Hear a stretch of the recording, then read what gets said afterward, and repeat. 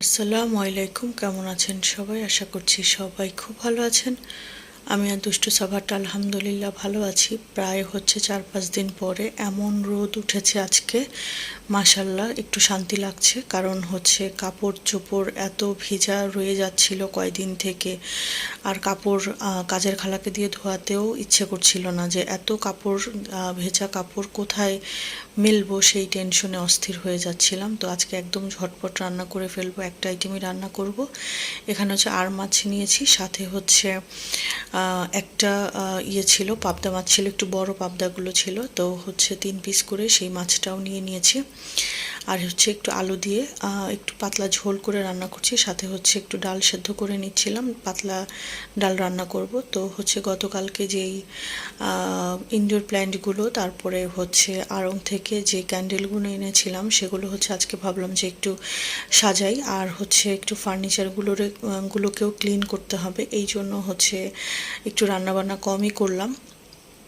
তো প্রথমে হচ্ছে ডাইনিং রুমটা সেট আপ করছিলাম। তো হচ্ছে যে ছোট্ট বাটির মধ্যে, মানে বলের মধ্যে যে গাছটা, সেটাও এখানে রাখলাম, আর হচ্ছে মোমবাতিটাও দিয়ে দিলাম। এরপরে হচ্ছে দুটো গাছ রাখলাম। এটা হচ্ছে ড্রয়িং রুমের সেট আপটা করছিলাম এই মোমদানির সাথে। আর একটা ট্রের মধ্যে একটা ইনডোর প্ল্যান্ট দিয়ে দিয়েছি, আর আরেকটা ইনডোর প্ল্যান্ট মানে হচ্ছে স্পাইডার গাছ বলে এটাকে। তো এটার সাথে একটা মোম, আর হচ্ছে এই মসজিদটা বা গম্বুজি যেটাই হোক, এই কিউট হচ্ছে শোপিসটা দিয়ে দিলাম। দেখতে তো ভালোই লাগছিল, আমি বুঝতে পারছি না ভিডিওতে কেমন আসছে। তো এরপরে হচ্ছে সেটার কাজ শেষ করে, ড্রয়িং রুমের কাজ শেষ করে এরপরে আসলাম আমার রুমের হচ্ছে ঠিক করতে জিনিসগুলো। তো এখানে হচ্ছে আমি ড্রেসিং টেবিলের উপরে রাখবো, এই জন্য হচ্ছে ড্রেসিং টেবিলে একটা প্লেটিং করে ফেললাম। এরপরে হচ্ছে তার উপরে জিনিসগুলোকে রাখবো।